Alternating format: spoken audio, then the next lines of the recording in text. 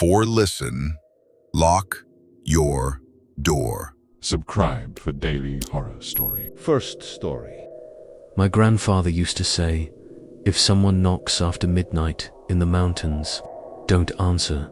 They might not be lost, just waiting. I never understood what he meant. Until last fall, I'd taken a solo retreat in a small off-grid cabin. My family owns deep in the Monongahela National Forest. I needed the silence, a break from phones, traffic, news. I was trying to get clean, and I figured isolation would help. The cabin has no electricity, just a wood stove, propane for cooking, and a single solar-powered light that barely works. No Wi-Fi, no cell service, just a radio and my thoughts.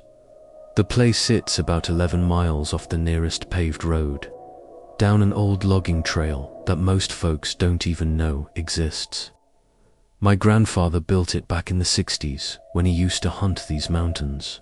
He said the land always felt watched, but in a way that made you pay attention, not run. The first 3 days were perfect. I hiked, journaled, cooked beans over the stove. The silence in those woods is thick. Not empty, just full of something that doesn't care if you're there or not. Like the trees are holding their breath. I started to sleep better than I had in months. But on the fourth night, just after midnight, I heard it.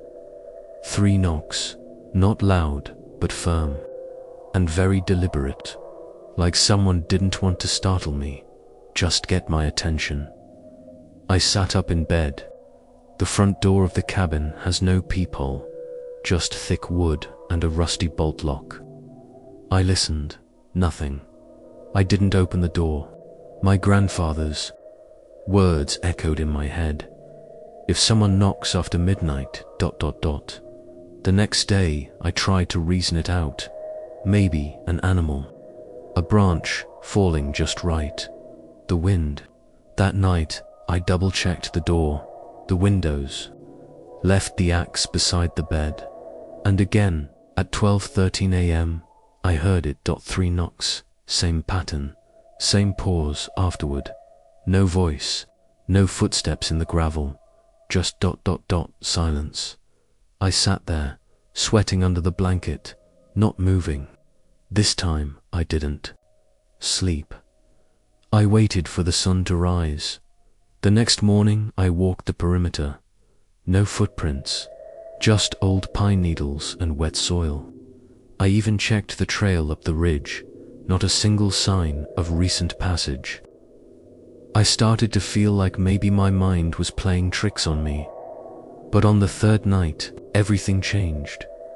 I was sitting at the tiny table, reading by flashlight, when the radio turned on by itself. It's an old battery-powered thing with a busted volume knob, always quiet, but now it was blasting static. Then a voice came through, not a station, just a single sentence, garbled, but I swear it said, "Let me in." The radio cut out. The light flickered.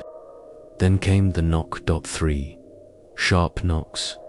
I grabbed the axe and crept toward the door. I didn't open it, but I asked, "Who's there?" No reply, just a long exhale from the other side. Almost like someone leaning against the door, breathing. Heavy. I stood there until dawn. That morning, I packed my gear, ready to leave. But my truck wouldn't start. The battery, brand new, was dead. No signal, no way to call for help. I decided to hike out, leave the truck, and get help in town. But when I stepped onto the trail, I noticed something that stopped me cold. Boot prints, coming from the forest. Not going to the cabin, just circling it. Over and over, as if someone had been walking around it for hours. I followed the prints, down the trail, but they stopped abruptly at a tree line.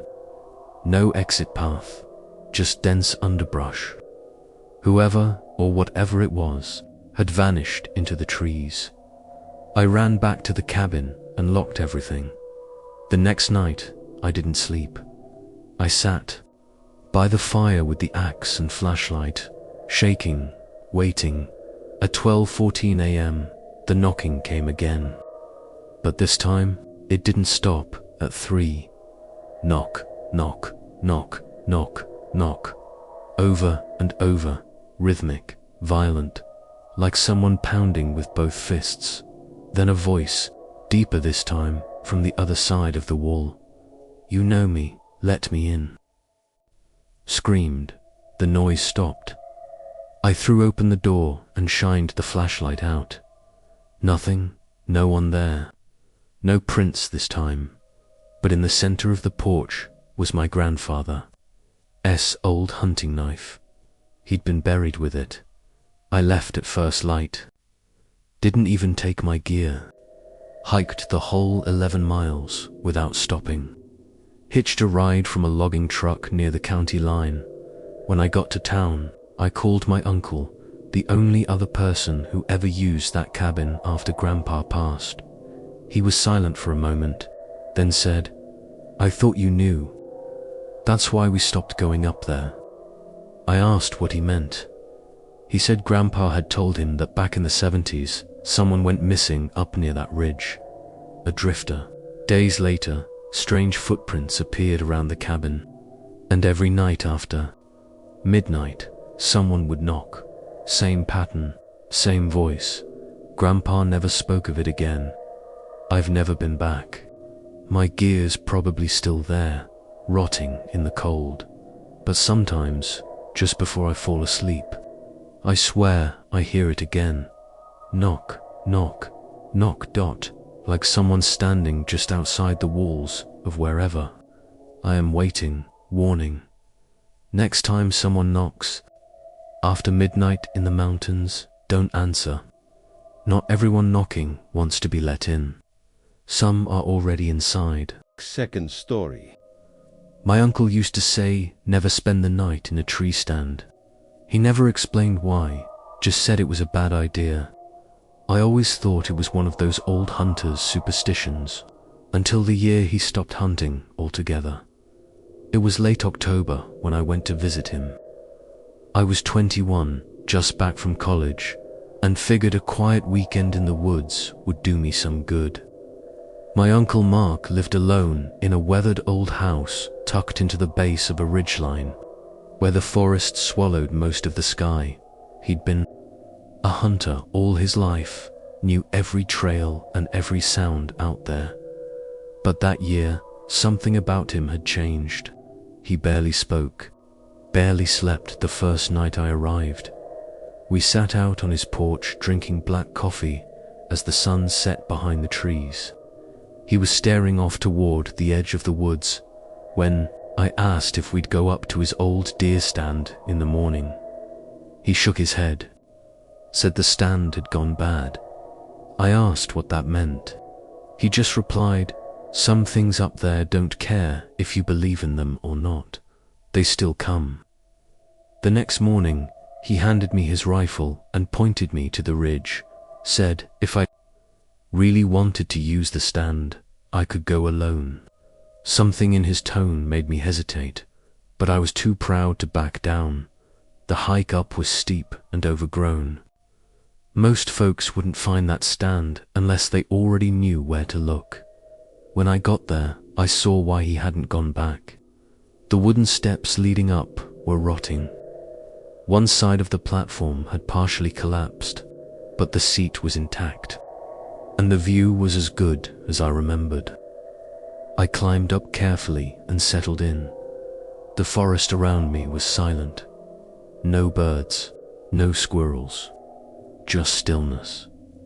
About an hour in, I saw movement in the underbrush, but it wasn't a deer, it was a man. He wasn't wearing hunter's orange.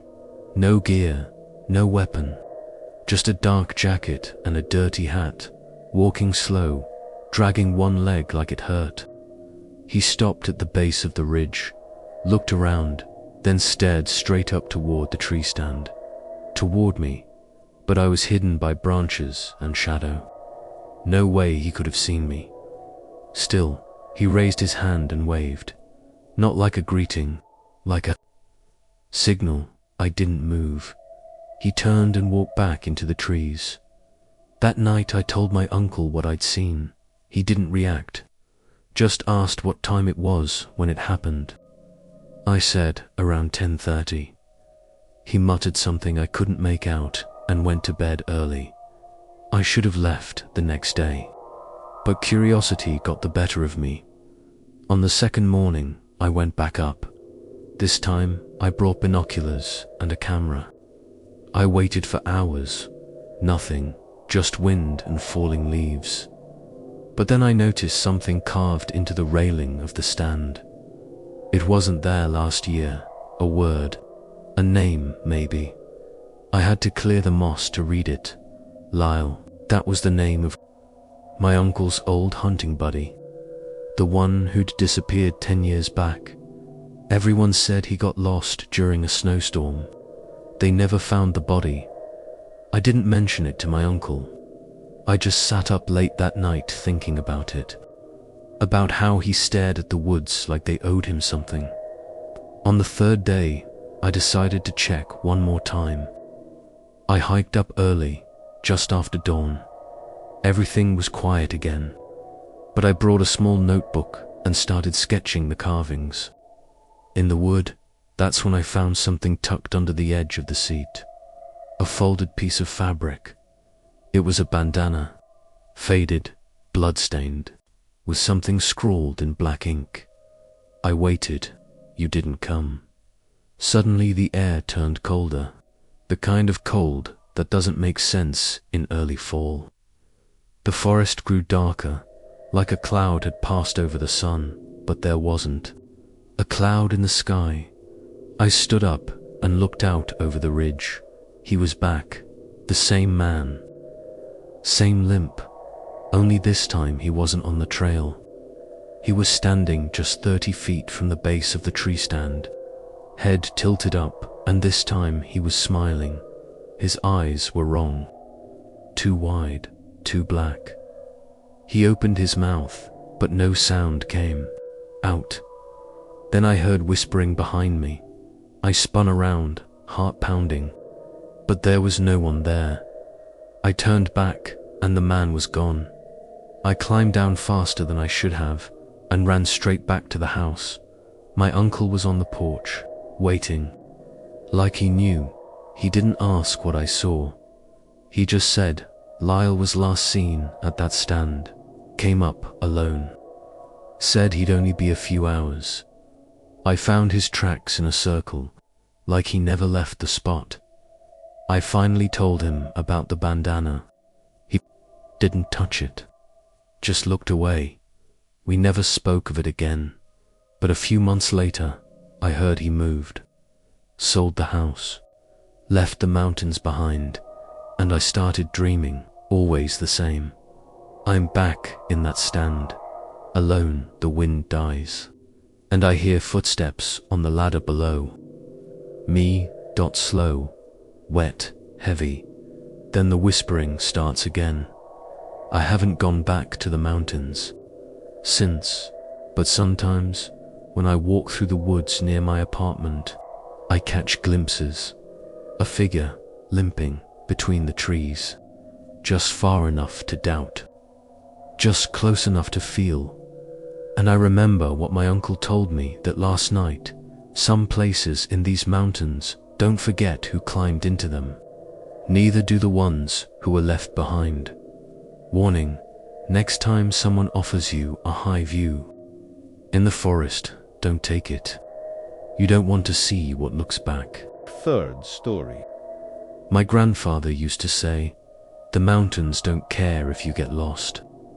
He'd told me that when I was 10, right before I hiked my first trail with him. I thought he meant it as a joke. Now I think it was a warning I didn't understand until it was far too late. 3 years ago, my girlfriend Lydia and I took a week off work to hike the Blue Ridge Range. We wanted something off-grid, somewhere that didn't have cell service or trail markers every 10 feet. We picked a lesser-known loop that circled around an old ridge not far from where my grandfather once lived. He used to hunt and trap up there, and I guess in some twisted way, I thought going there would make me feel closer to him. That was a mistake. We parked at a gravel turnout and started hiking late morning. The path wasn't well maintained, but that was part of the appeal. Trees closed in tight. Sunlight filtered through the canopy in flickers. Every now and then, we'd pass old rock walls from a settlement that must have died off a century ago. It was eerie but quiet, peaceful even. The first 2 days were uneventful. Cool air, crunchy leaves, the occasional rustle of deer in the brush. But on the third night, things started to feel off. We'd made camp in a hollow tucked between 2 ridges. There was no wind, no sounds, not even crickets. It was the kind of silence that felt unnatural, like everything was holding its breath. That's when we heard the sound, a high-pitched whistle, almost like someone blowing air between their teeth. It echoed once, then stopped. We figured it was the wind, or maybe some bird. But it came again, louder, closer. Lydia asked if it was another hiker, but we hadn't seen another soul in over a day. She looked nervous. I tried to laugh it off and got the fire going bigger. We sat closer than usual that night, backs to the trees. The sound didn't come again until after midnight. It woke me up. Not a whistle this time, but a thumping, rhythmic, like footsteps on the ridge above us. I grabbed my flashlight and scanned the trees. Nothing, but Lydia was already sitting up, wide-eyed. She whispered that she'd heard breathing, close. We stayed up the rest of the night, fire stoked high. At first light, we packed and hiked fast, skipping breakfast. That day we kept noticing little things, broken branches across the trail that hadn't been there before, a shredded bit of fabric hanging from a tree, an old knife stuck into a stump like it was left there recently, still clean. Lydia kept asking if we should turn back, but we were closer to the exit trail if we finished the loop. That evening, we didn't set up camp. We just dropped our packs and rested for an hour, then pushed forward with headlamps as the sun dropped around 9 p.m. Our lights caught something strange. Carvings, dozens of them, covering trees on either side of the trail. Symbols, spirals, scratched faces with wide mouths, and one word carved deep in 4 different trunks. Starby stopped cold. That's when we heard it again, the whistle. This time it wasn't distant, it was behind us, then again ahead of us, then left, right. It was circling. We didn't speak, we just ran. Branches hit our faces. Roots nearly tripped us, but the sound didn't stop. It followed, matched our pace, sometimes ahead of us, sometimes just behind. When we finally saw the wooden post that marked the end of the loop, I nearly collapsed. Lydia grabbed my arm and pointed. Across the parking lot, just inside the trees, a figure stood. No flashlight, no pack, just tall, thin, and utterly still. It didn't move. We didn't wait. We drove straight to a motel in the next town. Didn't even unpack. Just locked the door, left the lights on, and collapsed on the bed. Around 3 a.m., I woke to the sound of wind outside, then a faint whistle. From the parking lot, I didn't look out the window. We left before sunrise and never talked about that trip again. 2 weeks later, Lydia found the same symbol from the tree, the spiral mouth, drawn in the dust on the rear windshield of her car. I don't think the mountains forgot us, and I've stopped hiking, because every few months, wherever I am, I hear it. That same High-pitched whistle, not a bird. Not the wind dot closer than it should be. And when it stops, I wait in silence, because I know it's watching. Waiting, just outside the reach of the light. Warning, next time you hear something following you in the woods, don't turn around. It wants you to.